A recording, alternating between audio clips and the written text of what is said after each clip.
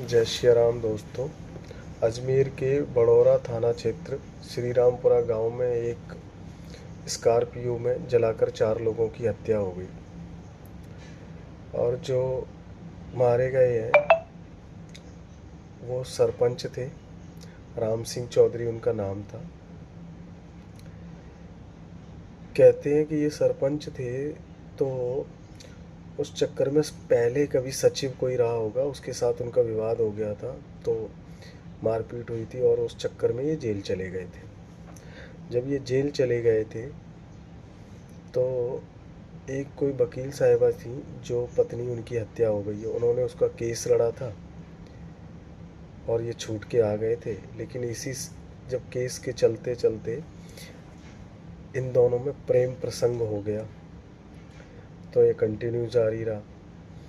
कुछ दिन बाद ये शादी करके घर पहुंच गए तो पहली पत्नी को अच्छा नहीं लगा और राम सिंह थोड़े दबंग टाइप के थे।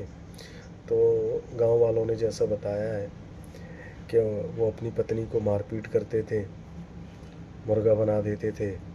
तो उनके पहले बेटे को अच्छा नहीं लगता था तो कई बार वो कहता था कि मैं इसे मार दूंगा। लेकिन घर में डर का माहौल था तो राम सिंह की वजह से जो उनकी पहली पत्नी और बेटे कभी बाहर आ जा नहीं सकते थे। लेकिन कहते हैं कि जब एक बार मन में कोई बंदा ठान ले तो पूरा करके ही सोचता है। तो उनकी पहली पत्नी सब डिप्रेशन में थे ही और उन्होंने सोच लिया था कि अब जो इनको ठिकाने लगा देंगे। तो बेटा ऑनलाइन बताते हैं उसने चाकू मंगवाया और पिताजी थोड़ी ड्रिंक भी करते थे तो रात को उन्होंने बेटे पिताजी का गला रेत दिया। फिर उनकी बूढ़ी माँ आई तो उसको भी मार दिया और पहली पत्नी जो दूसरी पत्नी थी उसको भी मार दिया और एक छोटी बेटी थी उसको भी।